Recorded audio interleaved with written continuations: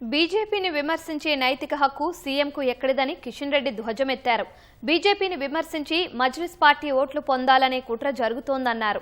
ప్రజలను మోసం చేసి కాంగ్రెస్ పార్టీ అధికారంలోకి వచ్చిందని ఆరోపించారు.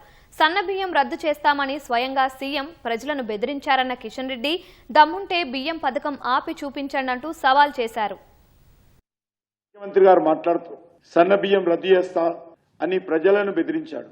ఇది ఓడిపోతామన్నటువంటి ఫ్రస్ట్రేషనా లేక కాంగ్రెస్ పార్టీ మార్క్ రాజకీయమా తెలియజేయాల్సినటువంటి అవసరం ఉంది.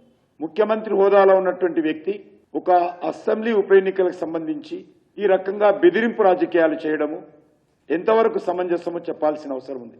ఈ ఒక్క సీటుతో ప్రభుత్వం కూలిపోదు. కానీ సంక్షేమ పథకాలు వాళ్ళు చేస్తున్నది ఒకటే ఒక పథకం, ఫ్రీ బస్సు. మరి సన్నబియ్యం ఏదైతున్నదో అది కాంగ్రెస్ పార్టీ పూర్తి స్థాయి పథకం కాదది. నేను అడుగుతా ఉన్నాను ముఖ్యమంత్రి గారికి, ధైర్యం ఉంటే బియ్యం పథకం ఆపి చూపించాల్సిందిగా కోరుతా ఉన్నాను.